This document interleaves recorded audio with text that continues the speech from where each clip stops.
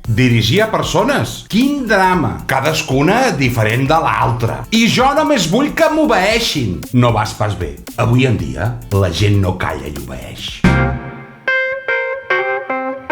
Pel tipus de societat que hem creat, ara tothom vol opinar i tenir drets, però poques obligacions. Però malgrat sigui així, la gent busca bons lideratges perquè els diguin el que han de fer. És més còmode. El problema és que de bons líders n'hi ha pocs. El lideratge més eficient és el que es fa des de l'exemple i el silenci. Però insistim en cridar. A la gent no li agrada que li cridin. Hi ha molts tipus de lideratge, però després d'anys d'observació, crec que el que més funciona per liderar és quan tu treballes més que tots els del grup, hi ha vinculació emocional, confiança, normes acordades i objectius clars.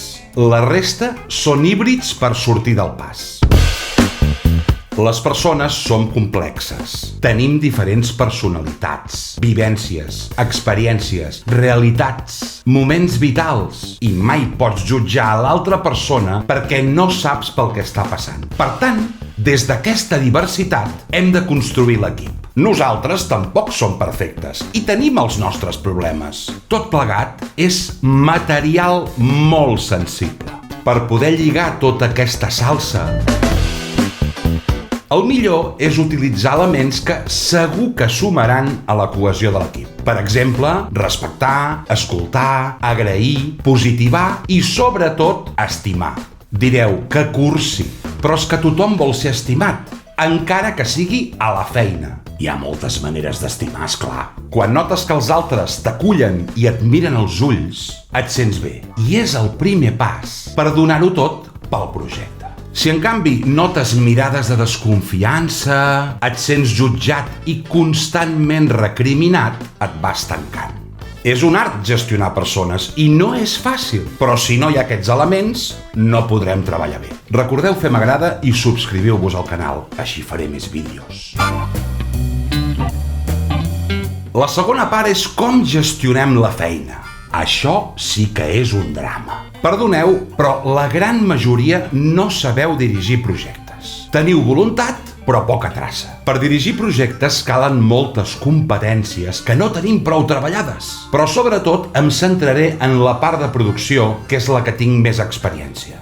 Hi ha una frase que m'agrada molt. 9 dones no poden tenir un fill en un mes. Per fer un bon pla de producció, cal que siguem conscients dels recursos humans i materials que tenim, el temps i el nostre perfil de l'equip. Sovint fem volar coloms i plantegem reptes que són impossibles. I després ho patim a la pròpia pell. Això desmoralitza molt a l'equip i tenim sensació d'inútils. En canvi, si plantegem objectius realment assumibles, la satisfacció del mateix equip és molt més alta. És molt habitual que la gent de l'equip, que normalment són més experts que nosaltres, vegin d'entrada que això no funcionarà. Però no ens ho diuen perquè som els jefes. Gran error. Hi ha uns principis bàsics que hem de tenir sempre presents. Hem de fer el que vam dir que faríem. Hem de saber què vam dir. Hem de compartir el progrés d'aquesta feina i hem de trobar solucions als problemes que segur sortiran. En aquest procés, el nostre lideratge o és o no és. Si només som capaços de recriminar a la gent el que no fan bé, però no aportem solucions, no servim. Si només som un calendari de seguiment de tasques de l'equip i nosaltres no fem res, no servim. La gent espera de nosaltres que siguem els més llestos, els més amables, els més compromesos i els més treballadors. Dirigir cridant, això ho sap fer tothom, però tibar un equip amb estil és l'aprenentatge de tota una vida. Poseu-vos-hi el més aviat possible o dediqueu-vos a una altra cosa. Tenim molta feina per fer.